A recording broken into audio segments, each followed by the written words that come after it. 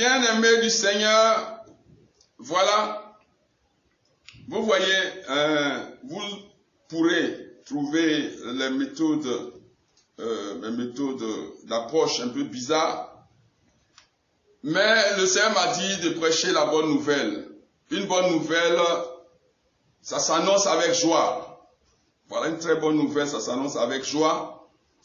Et je suis en train de penser à ce qu'un de mes fils m'avait dit une fois. La première fois qu'il est venu me rencontrer, il m'avait trouvé bizarre, c'est quelques années après qu'il m'a expliqué, hein, il m'avait trouvé bizarre, il m'avait trouvé, voilà, comme si je ne m'occupais pas de son problème, parce qu'il avait un problème très sérieux. Et après qu'il m'ait expliqué cela, j'ai commencé à sourire, à rire un peu. Bon, ça l'a choqué, il disait qu'il était choqué de voir un serviteur de Dieu à qui on explique un problème aussi sérieux et qui passe son temps à sourire. Et je lui disais non, je suis un être humain comme toi. Tu vois, ce n'est pas parce que ton problème ne m'intéresse pas. Mais avant que le problème ne m'intéresse, ce problème a intéressé quelqu'un qui est plus important que moi. Plus important.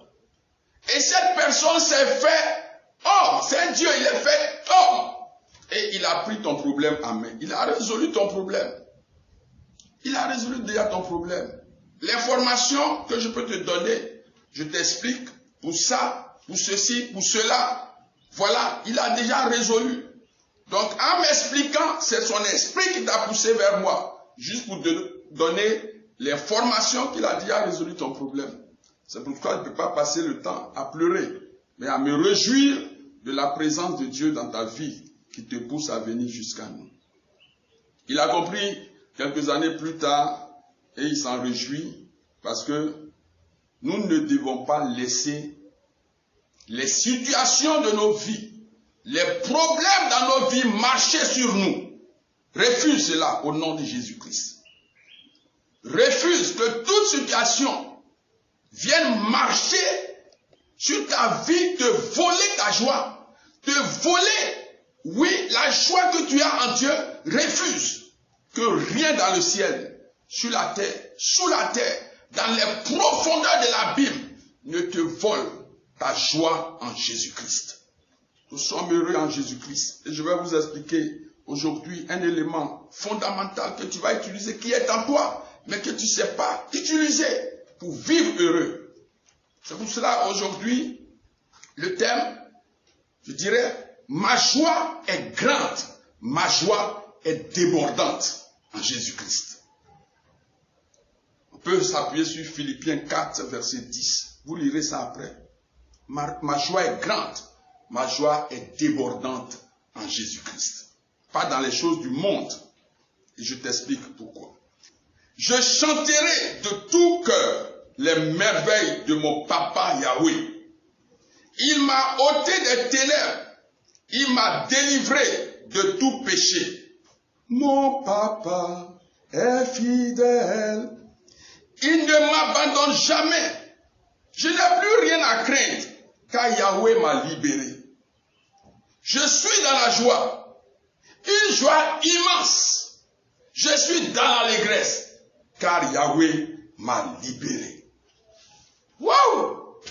Car Yahweh m'a libéré. J'espère qu'il t'a libéré.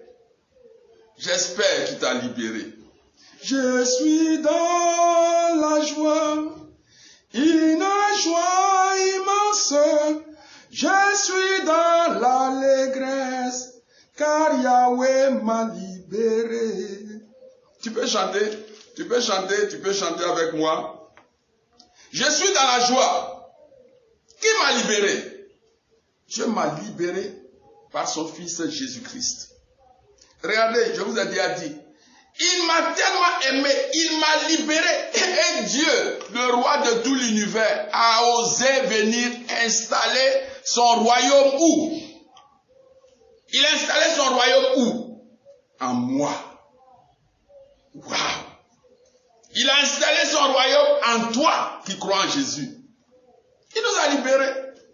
Nous allons voir aujourd'hui des choses que tu dois faire pour booster la gloire de Dieu dans ta vie. Je suis dans la joie quand Galates 2, versets 19 et 20 m'informe que j'ai été mis à mort avec le Christ. C'est Paul qui dit ça. De sorte que ce n'est plus moi qui vis, c'est le Christ qui vit en moi. J'ai été dans la joie quand la Bible m'a donné cette information. J'ai été dans la joie et je suis dans la joie. Oui, je suis vraiment dans la joie. Je suis dans la joie quand j'ai appris que la Bible, l'Écriture sainte, me donnant cette information alors que j'étais dans les chaînes de péché. J'étais enfermé dans le péché. Quelqu'un est mort à ma place. Wow! Je devais mourir, mais quelqu'un a pris ma place. Son nom, tu le sais, tu peux écrire ça. Si tu connais ce nom, tu peux écrire. Alors que j'étais condamné à mourir, une personne a surgi. Elle dit, ne le condamnez pas, qu'il ne meurt pas, qu'il ne meurt pas. Je prends sa place. Je vais mourir à sa place. Son nom c'est JC, Jésus-Christ. Waouh! Vous savez, Barabbas a été condamné à mort. Barabbas était condamné à mort. Jésus dit, voilà, mon petit quitte là. On criait. Quand Pilate a dit, entre Barabbas et votre roi Jésus, qui devrait être libéré? Il dit, libère Barabbas. Jésus est mort. Mais en temps, il venait de délivrer Barabbas de la condamnation de la mort. Barabbas a eu sa vie sauve grâce à Jésus-Christ. Ma joie est grande quand la Bible m'a informé d'une information authentique que Dieu m'a arraché du pouvoir des ténèbres pour me transférer dans le royaume de son Fils. Quand j'ai eu cette information, je dis, waouh! Quelle joie! Quelle grande joie! Ma joie est grande quand la Bible m'apprend ce que nous allons voir aujourd'hui. Dieu m'a béni dans notre union. Dieu nous a bénis dans notre union avec le Christ. En nous accordant toute bénédiction spirituelle dans le monde céleste. Éphésiens 1, verset 3. Ma joie est grande, mon frère. La Bible dit que Dieu nous a bénis d'une bénédiction extraordinaire dans le monde spirituel parce que nous sommes unis à Christ. Il nous a bénis de toutes sortes de bénédictions dans le monde spirituel. Tu sais ça? Éphésiens 1, verset 3. Que faisons-nous de cette bénédiction? C'est ce que nous allons voir. Ma joie est grande et je l'espère pour toi. Je l'espère pour toi. C'est pourquoi, je le répète, ne laisse aucune situation de voler cette joie en Jésus-Christ. Les situations peuvent être difficiles. Il y a toujours une solution en Christ. Tu peux traverser le désert, mais il y a Canaan devant qui t'attend. Peu importe le temps que ça va mettre. Alors, je vais te partager quelque chose. Vous savez, il y a des choses qui se passent dans le spirituel. Il y a des hommes méchants qui en veulent à notre vie. Et quand ces personnes veulent détruire ta vie, elles sont prêtes à payer le prix. À payer le prix. À faire des offrandes, même folles. Vous le savez. Quelqu'un qui veut te détruire à tout prix, que ce soit dans le service, que ce soit dans ta famille, que ce soit, oui, dans ton foyer. Quelqu'un qui envie ton foyer, quelqu'un qui envie ton poste, est prêt à payer le prix pour que tu périsses. Ils sont prêts. Ils sont prêts à faire des offrandes folles, pourvu que tu périsses. Ils sont prêts. Ils sont prêts même à jeûner. Si les devins, les marabout leur demande de jeûner, ils sont prêts à jeûner pourvu que toi, tu bois du noir. Ils sont prêts. Ils sont prêts à payer le prix. Nous avons des informations, des gens qui, des jeunes filles qui luttent, un foyer, un homme, qui vont faire de ces folies. Elles sont capables même d'aller dormir au cimetière pourvu que l'homme leur revienne. Ils sont prêts à sacrifier tout. Des gens qui veulent un poste, que ce soit directeur, ministre, quoi que ce soit, ils sont prêts à payer le prix. Pendant que toi tu dors, quelqu'un est en train de fomenter un coup derrière toi. Mais il y a une révélation qui te sauve. C'est cette révélation que je veux t'expliquer. Amen. Amen. Vous allez voir pourquoi il est très important. Vous retenez le verset de Éphésiens 1, 3. Il faut retenir ça. Ça serait le point focal de ce matin. Il faut retenir. Vous êtes là à l'église quand vous dites de faire des offrandes. Vous bavardez. Vous dites des méchancetés. Vous dites cela. Ceux qui adorent Satan, ils font des offrandes à te couper même le souffle. Vous savez ça?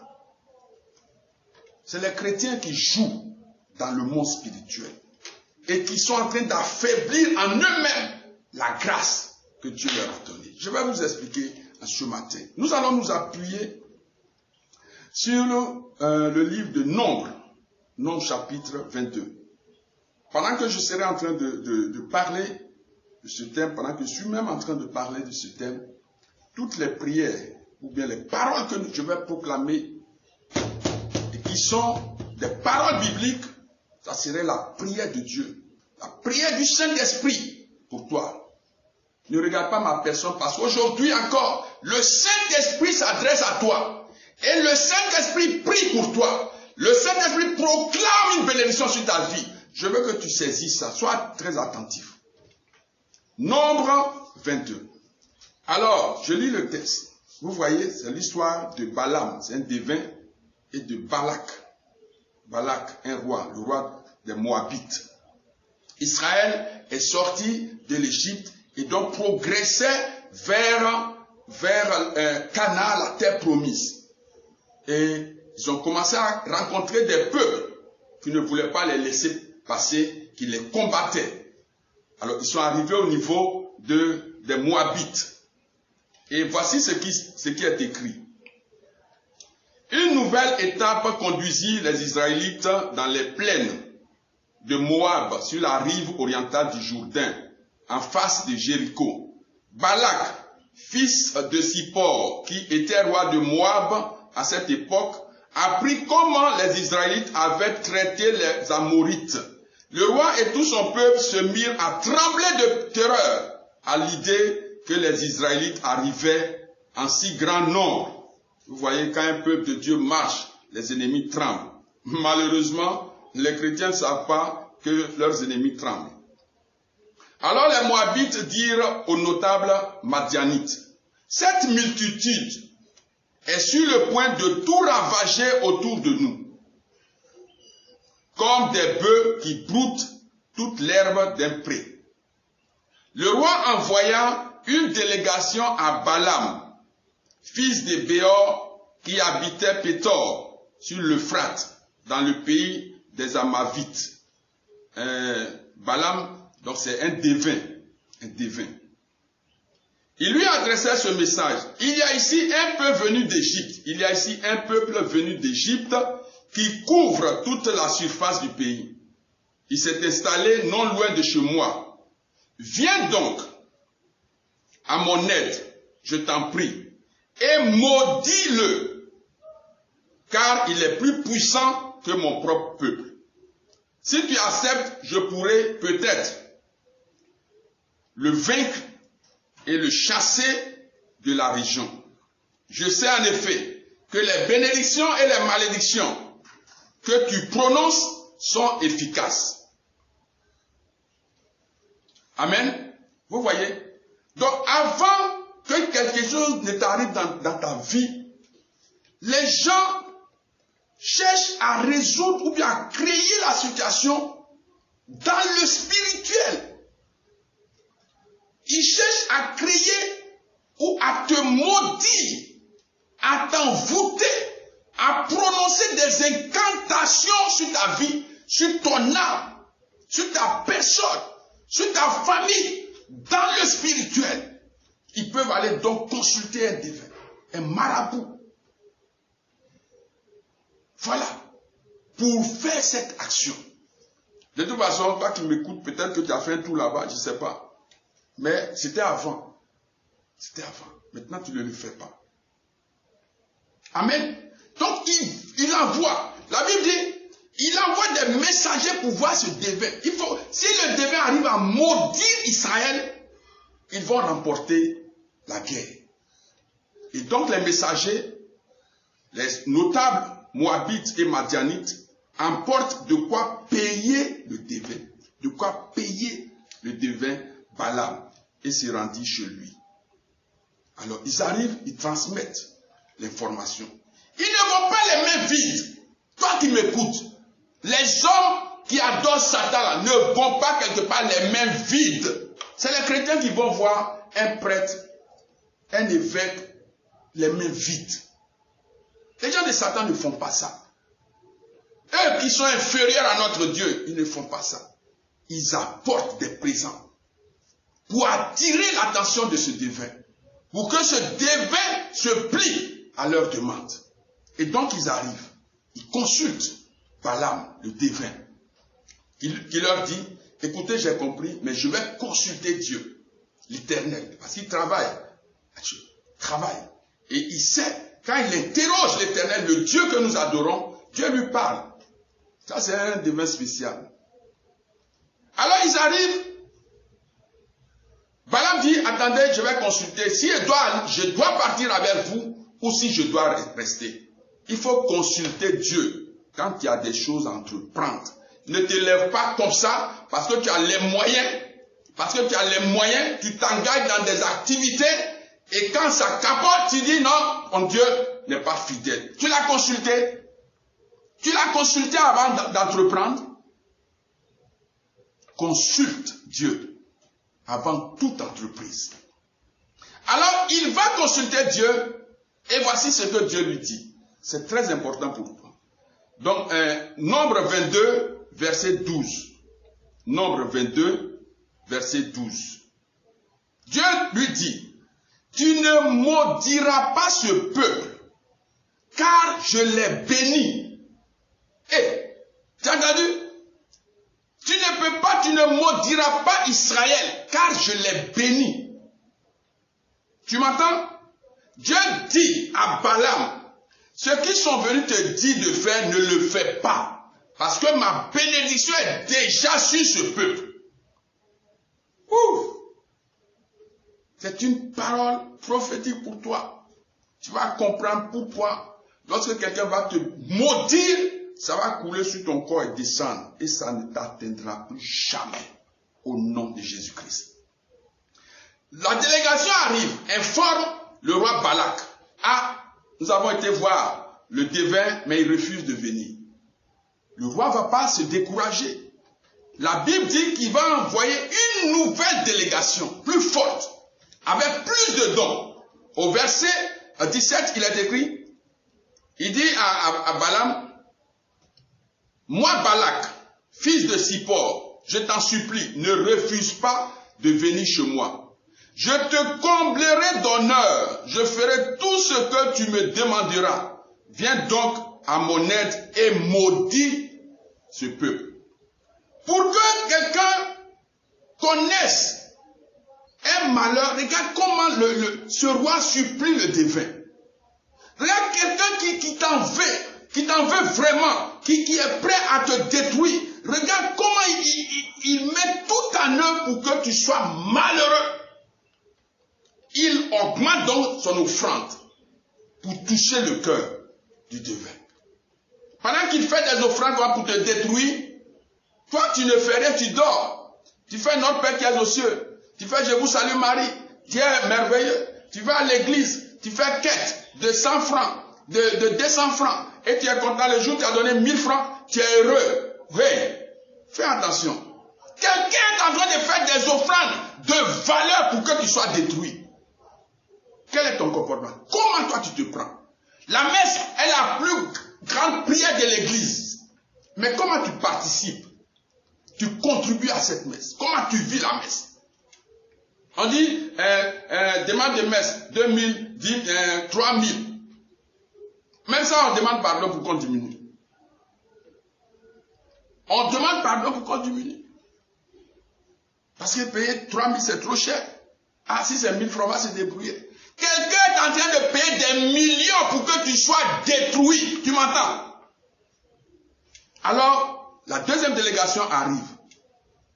Il consulte le devin. Le devin, voilà. Le Seigneur dit, va. Mais fais selon ce que je te dirai.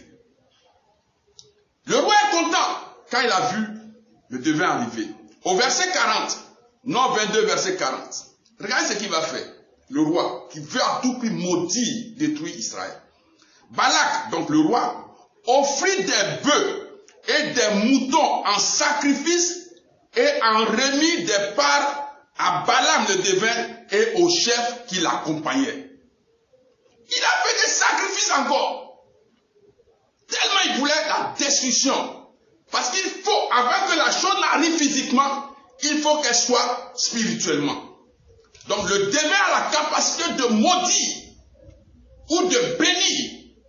Et Balak le roi voulait l'utiliser. C'est ce qui se passe à Abidjan ici. C'est ce qui se passe partout, vous savez.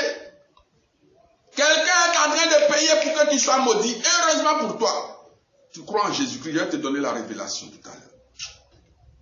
Alors, ils arrivent. Regardez la folie des gens qui veulent à tout prix détruire quelqu'un dans la vie. Nom 23, verset 1.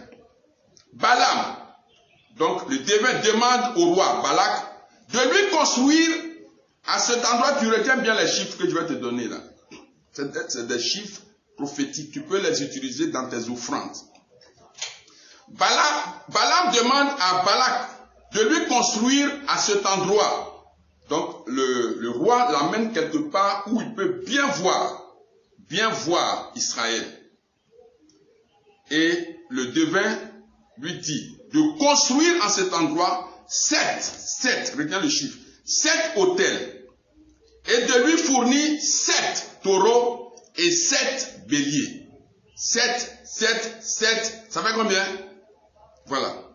Si tu me suis, tu vas écrire le nombre. 7 autels, 7 taureaux, 7 béliers.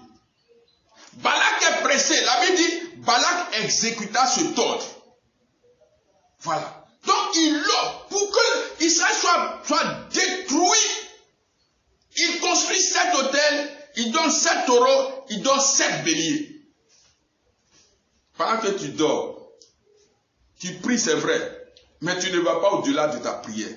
Quelqu'un est en train de faire des offrandes pour que tu meurs. Quelqu'un est en train de faire des offrandes pour que tu chutes.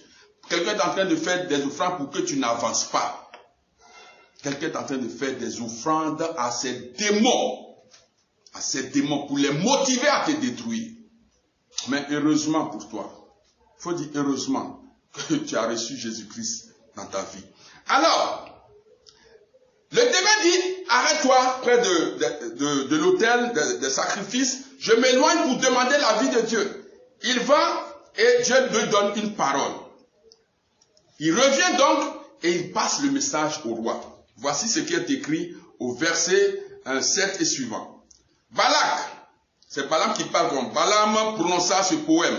Balak, le roi de Moab, m'a fait venir des montagnes orientales de Syrie. Viens prononcer, m'a-t-il demandé, des malédictions et des menaces contre les Israélites, les descendants de Jacob. Mais comment pourrais-je maudire celui que Dieu ne maudit pas lui-même?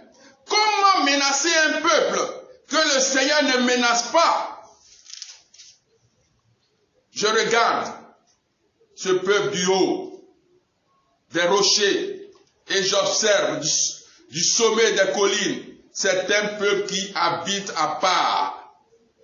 il se sait, retiens ce verset-là, il se sait différent des autres nations. Il se sait différent des autres nations. Qui peut compter la multitude des Israélites? Dénombrer la foule des descendants de Jacob. Je souhaite avoir la même mort que ces justes, partager le même sort du peuple d'Israël. Oui. Voilà, dit, regarde ce monsieur-là. Mais je t'ai appelé pour maudire et tu commences à bénir Israël. Bien-aimé, pendant que quelqu'un quelque part sera en train de prononcer une malédiction sur toi, Dieu transformera cette malédiction en bénédiction sur ta vie et sur ta famille au nom puissant de Jésus-Christ. Il était étonné. Le roi était étonné. Le témoin disait, ce peuple se sait différent des autres nations. Frère, est-ce que tu sais que tu es différent des autres personnes qui n'ont pas Christ? Hier, tu as marché avec des amis qui n'ont pas Jésus, tu as mené ta vie par-ci, par-là, tu as fait tout ce que tu voulais pour être heureux selon le monde. Et Dieu t'a arraché, il a payé le prix, il t'a arraché pour que tu lui appartiennes. Est-ce que tu te sais différent des autres? Israël se savait mis à part. Est-ce que toi tu sais que tu es différent? Que tu ne dois plus faire les mêmes choses que les autres. Non, c'est la mode.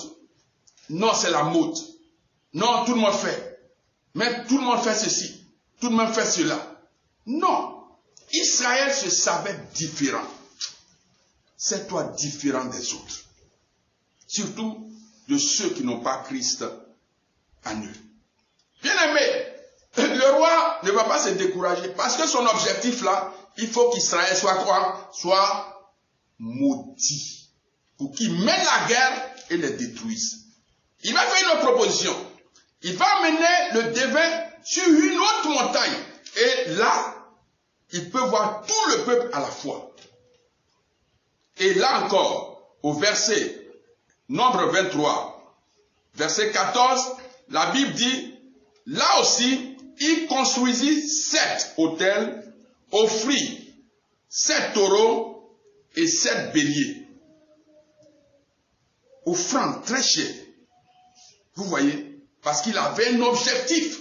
Ce roi démoniaque-là, il voulait à tout prix détruire Israël. Et donc, il était prêt à payer pour qu'Israël soit détruit. C'est ce qui se passe dans le monde spirituel. Alors, Dieu va donner une autre parole. Toutes les paroles que le devin, Balaam, a prononcées sur Israël, c'est les mêmes paroles que le Saint-Esprit, par ma voix, prononce sur ta vie aujourd'hui. Le Saint-Esprit dit, il est impossible qu'on te maudisse, parce que Dieu t'a déjà béni. Éphésiens 1:3.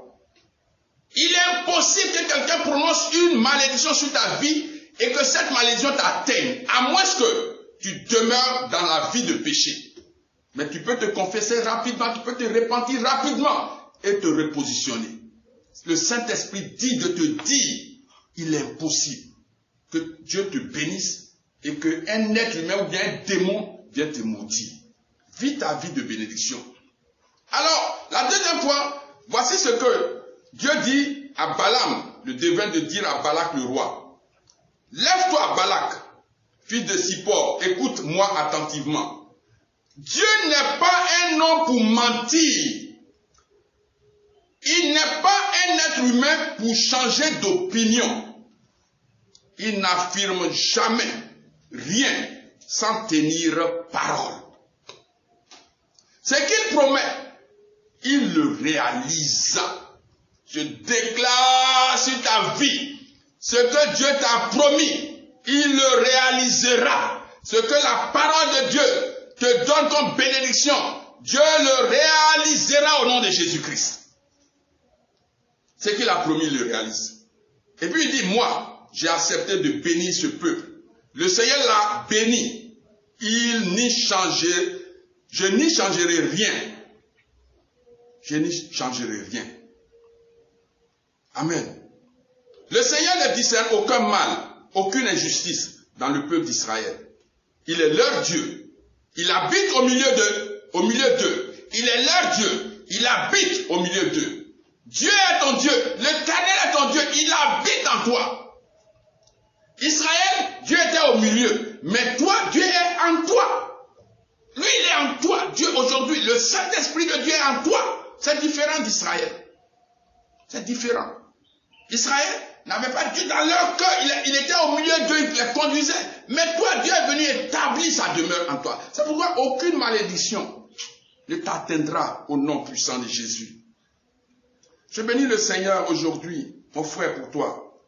Oui. Et regarde comment ce débat va élever le peuple de Dieu. Il reçoit leur ovation. C'est lui qui les a fait sortir d'Égypte avec une force irrésistible, comme celle d'un buffle. La divination et les pratiques ne sont pas en usage parmi les Israélites. Que la divination et les pratiques bizarres ne soient pas dans ta famille et dans ta vie. En temps voulu, ils apprennent tout ce que Dieu a accompli. Ce peuple se lève comme un lion. Répète après moi. Ce peuple se lève comme un lion. Je me lève comme un lion. Je rugis au nom de Jésus comme un lion. Waouh! Ce peuple se lève comme un lion. Il dévore la chair de sa proie. Il boit le sang de sa victime. Et ensuite seulement, il se recouche. Voilà. Tu t'élèves comme un lion. Quand tu t'élèves, toutes les biches là s'enfuient. Ces démons biches s'enfuient devant toi. Même si tes yeux ne voient pas, ces démons biches, ces gazelles là s'enfuient. Car Dieu te fait lever comme un lion. Deuxième bénédiction. Le roi est fâché. Qu'est-ce que tu fais? J'ai dit de maudire la personne, ce peuple, et tu les bénis. Bien-aimé du Seigneur, je le répète. À compter de ce matin, toute malédiction qui sera prononcée sur ta vie se changera en bénédiction au nom puissant de Jésus. Seigneur, merci infiniment.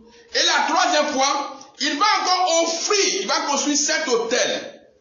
7 taureaux, donner 7 taureaux, 7 béliers. Offrande. C'est la même chose qu'il va prononcer. Il va prononcer. Et à la fin, il disait au verset 4, je suis au chapitre 24, au verset 4, le devin, Balaam dit, voici ce que je déclare, moi qui entends les paroles de Dieu et contemple les visions envoyées par le Tout-Puissant, car il se révèle à moi lorsque je l'adore. Il dit, Dieu se révèle à lui lorsqu'il adore. Donc si tu veux avoir des révélations de Dieu, passe ton temps à adorer Dieu. Adore Dieu. Dieu se révèle dans l'adoration. Adore Dieu. Ne prie pas seulement, adore Dieu. Il se révèle. Il te montre des secrets de ta vie dans l'adoration. Et vers la fin, au verset 9, chapitre 24, verset 9, il dit, comme des lions, ils s'accroupissent et se couchent. Qui pourrait les forcer à se lever? Pourquoi le Seigneur te compare comme un lion? Ta foi bondit comme un lion, mon frère qui m'entend, ma soeur. Ta foi est levée comme un lion. Les démons vont fuir devant toi. Tout ce que tu redoutais, voilà, tu vas montrer que le lion, l'onction du lion est en toi. L'onction puissante du lion est en toi ce matin. Et Balaam dit, Israël, béni soit celui qui te bénira, et maudit soit celui qui te maudira. Voici une bonne parole. Alors vous comprenez, Balaam n'a pas pu maudire Israël parce que Dieu a déjà béni Israël. Or, la Bible nous dit, Éphésiens 1, verset 3, que Dieu nous a bénis de toutes sortes de bénédictions dans le monde spirituel. Donc nous aussi, Dieu nous a bénis. C'est pourquoi personne ne pourra te maudire. Et si quelqu'un cherche à te maudire, toute parole d'incantation, tout envoûtement qui viendra sur toi, aujourd'hui, par la puissance du Saint-Esprit, toutes ces choses se transformeront en bénédiction pour toi et pour ta famille au nom de Jésus-Christ. Je le déclare par l'Esprit du Christ qui habite en moi. Pour la gloire de Jésus-Christ et pour ton bonheur. C'est pourquoi ma joie est grande, mon frère. De savoir ces choses. De savoir. Si une malédiction s'entête dans ta vie, sache que le temps est venu où cette malédiction se coule à tes pieds. Parce que Dieu renouvelle sa bénédiction sur ta vie. Ou bien que tu entres. Tu as l'information ce matin que Dieu t'a béni dans ton union avec Christ. Il t'a béni de toutes sortes de bénédictions. À cause de cette bénédiction, tout ce qu'ils ont fait auparavant sur ta vie s'écroule ce matin au nom de Jésus-Christ.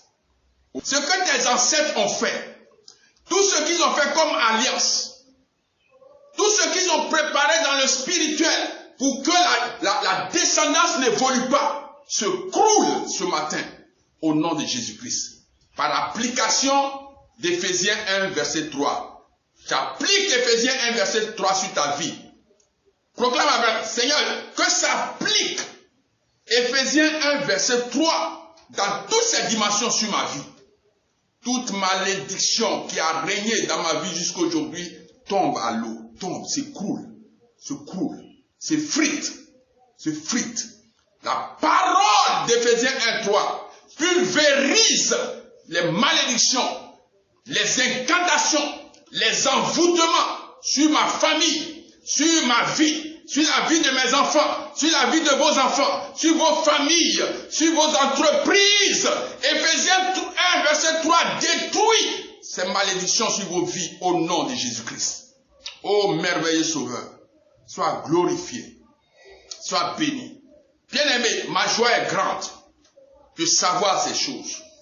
Si Jésus est mort, si Jésus-Christ est mort, si le sacrifice de Jésus-Christ est parfait, effectivement c'est parfait, il n'y a rien à ajouter.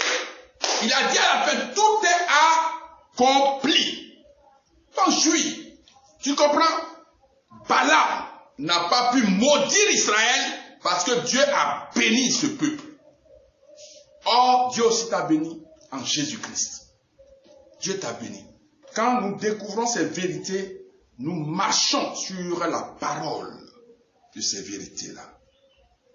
Et donc, si quelqu'un veut faire quelque chose contre ta vie, je te propose le psaume 57, verset 7.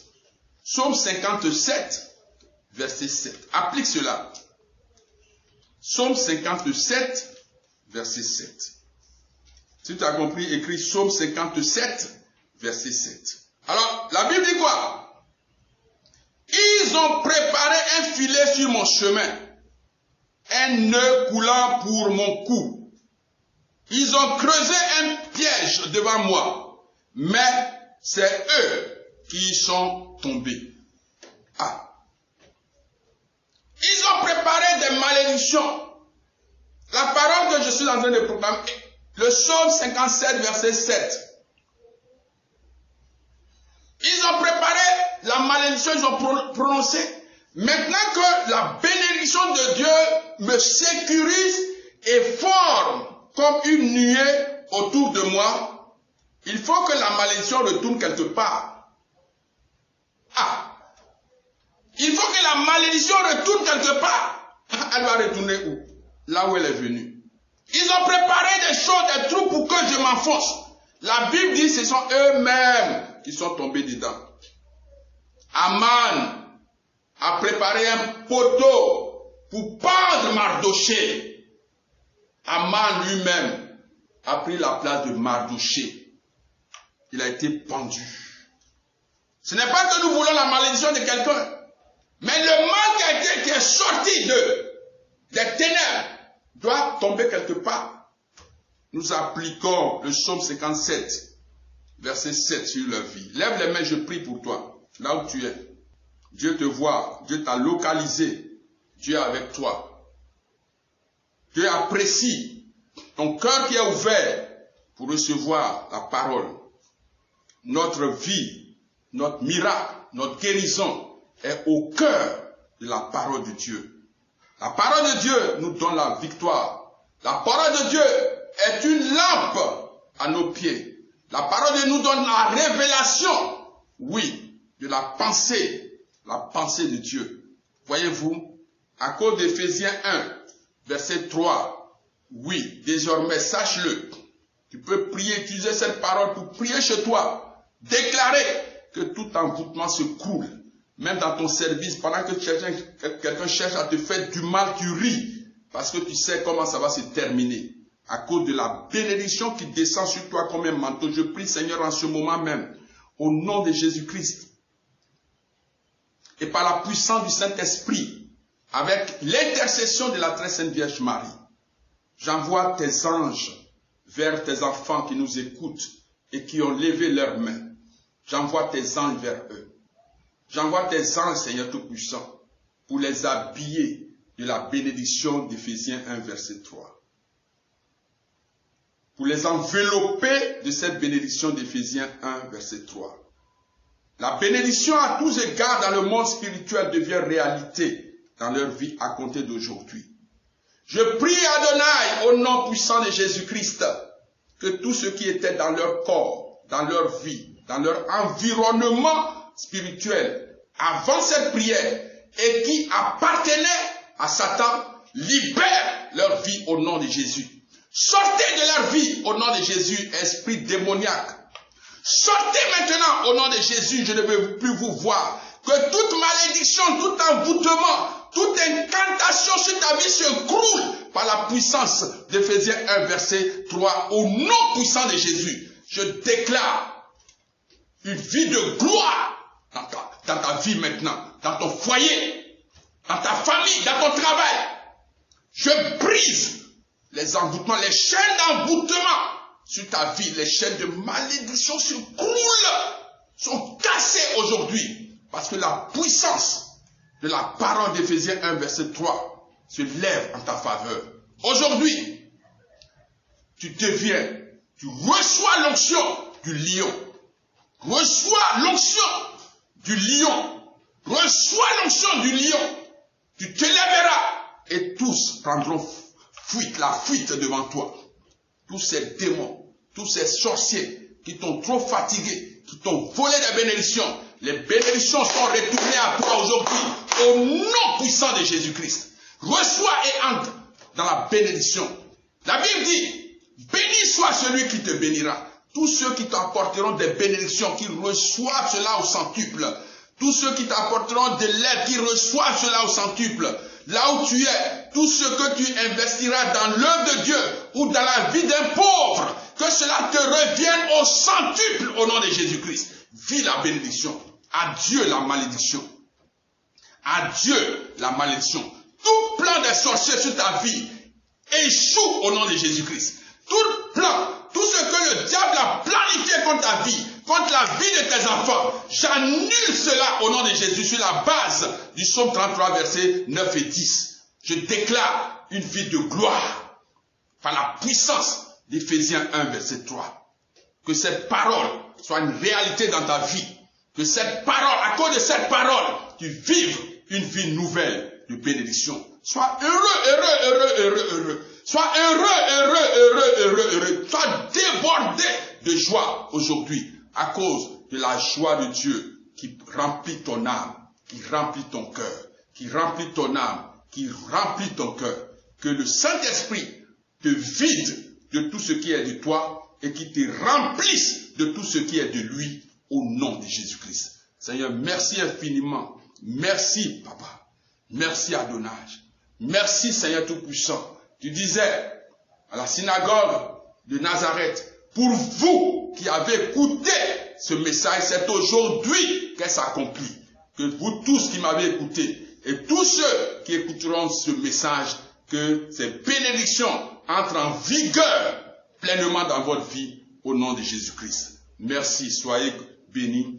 Transmettez ces bénédictions à vos familles, à vos enfants, à vos maris, voilà, à votre entourage. Partagez ces bénédictions et vivez, croyez, ne vous occupez pas des circonstances qui veulent vous voler les bénédictions. Oui, marchez la tête haute, parce que le lion s'est levé en vous.